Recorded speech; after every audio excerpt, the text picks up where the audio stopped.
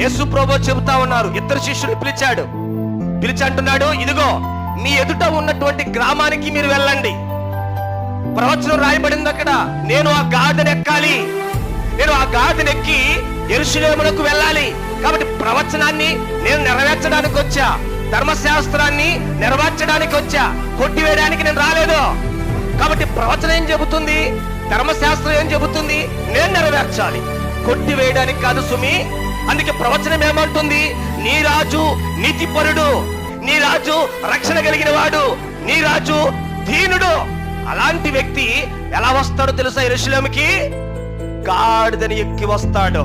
అందుకే యేసు ప్రభువు వారు మత్తయి సువార్తలో శిష్యులిద్దరిని పిలిచి, శిష్యులారా, మీ ఎదుట ఉన్న గ్రామానికి మీరు వెళ్ళండి.